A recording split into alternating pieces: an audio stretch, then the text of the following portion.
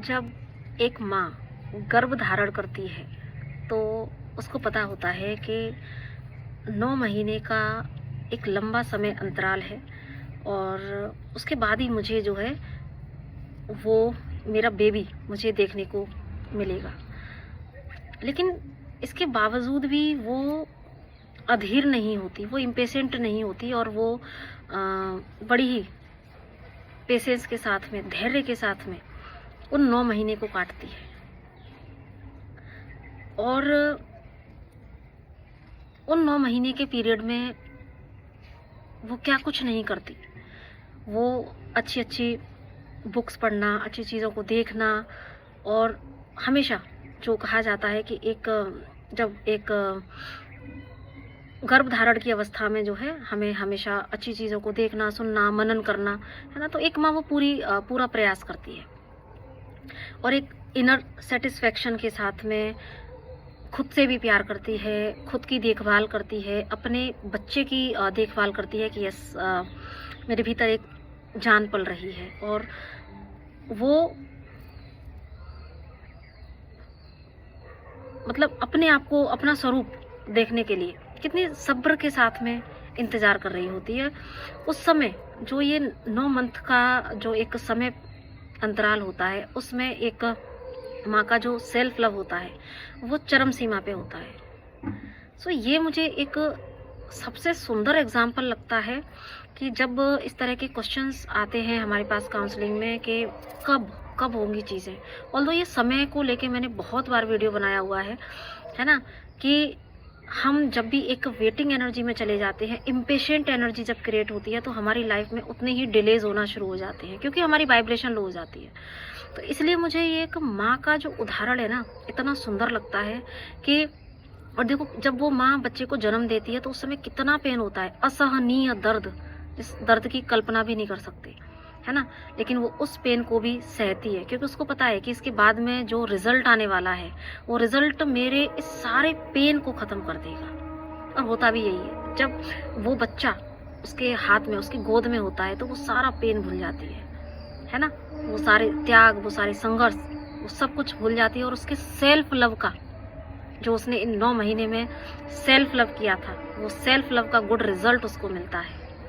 इसलिए हमेशा अपनी वाइब्रेशन को हाई करें। जब भी हमें लगे कि हमारे जीवन में हमारे मुताबिक रिजल्ट नहीं मिल रहे हैं, धैर्य लेके आएं, ईश्वर पे सरेंडर करें। एक माँ क्या करती है, एक माँ हमेशा सरेंडर्ड एनर्जी में आ जाती है। वो, उसको पता है। अब आप यहाँ पे ना ये सवाल कर सकते हो, अरे उसको तो पता है कि 9 महीने में बच्चा आने वाला है ना। हमें नहीं पता कि हमारी चीज़ें कब होंगी। लेकिन सज्जनों, आप यहाँ पे एक चीज़ देखिए, जहाँ आप लोगों को कई बार एक ये आंसर मिलता है कि 1 महीने में या 15 दिन में आपका पार्टनर कॉल करेगा, या आपकी जॉब लगेगी 2 महीने में या 6 महीने में, आप तिल मिला जाते हैं।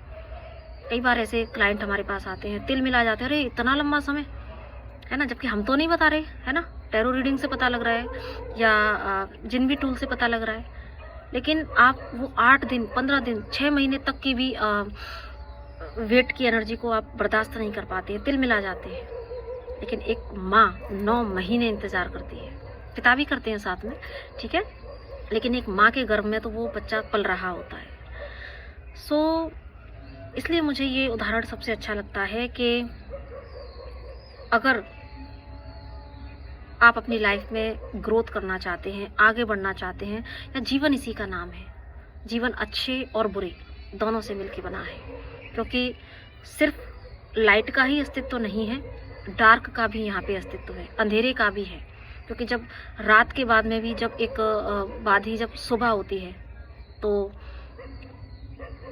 उस सुबह की जो एनर्जीज होती हैं, है ना, वो भी अपने आप में कितनी सुंदर होती हैं। तो सुख का अनुभव, सुख में जो खुशी होती है, उसका अनुभव भी हमें तब ही पता लगता है जब हमको ये पता है कि दुख ऐसा होता है ना।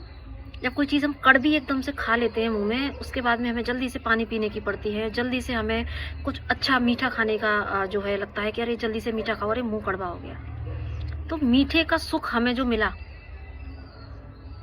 उसको जो हमने महसूस किया, उसका सुख तभी हम महसूस कर पाए जब हमको ये पता है कि कड़वा ऐसा होता है।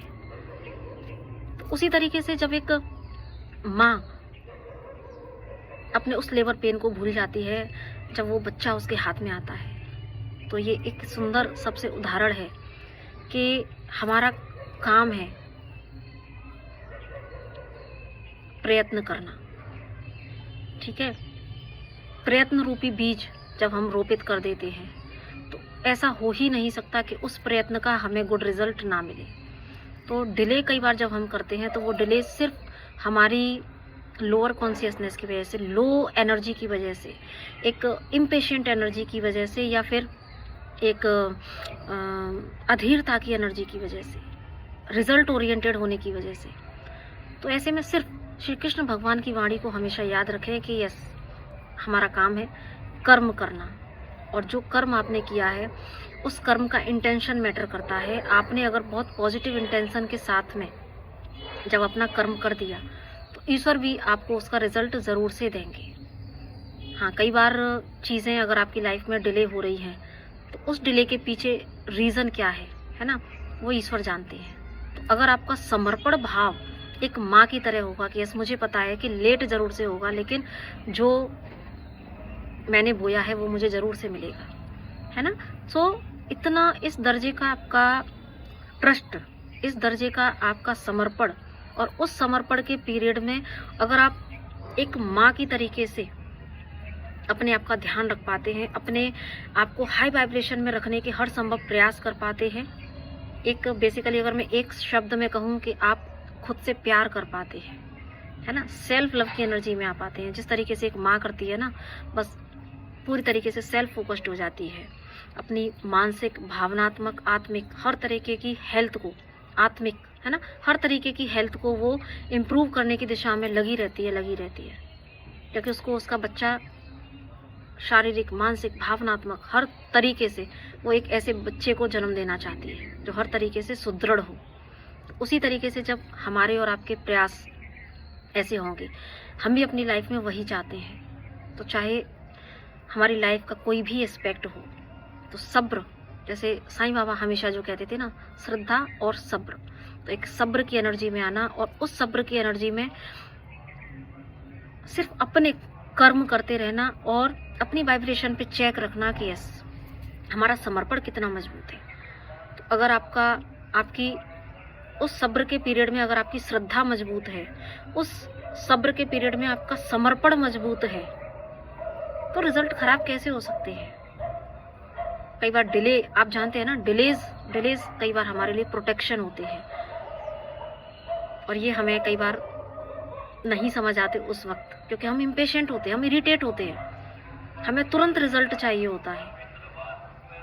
लेकिन अगर आपकी श्रद्धा, आपका समर्पण अगर मजबूत है, तो इस डिले के पीछे रीज़न क्या था वो भी आपको जो है आगे जाके ज़रूर से पता चल जाता है। तो मैं यही कहूँगी कि अगर लाइफ में डिलेज हो रहे हैं तो उसके पीछे भी ईश्वर की आप कृपा समझिए।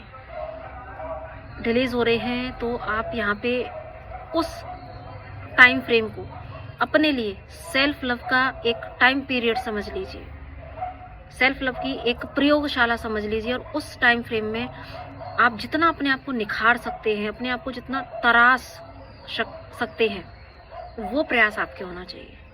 इसलिए मैं जब भी ऐसी लाइफ में ऐसे फेजेस आते हैं, या मैं औरों की लाइफ में देखती हूँ, तो मुझे एक माँ नज़र आ जाती है जो प्रेग्नेंट है ना, एक प्रेग्नेंट लेडी है, इतना एक वजन लेके चल रही है, उसके बाद भी उसके चेहरे पे एक मुस्कान है, एक धैर्य वाली मुस्कान है कि यस, मुझे पता है इसका रिजल्ट कितना अच्छा आने वाला है ना।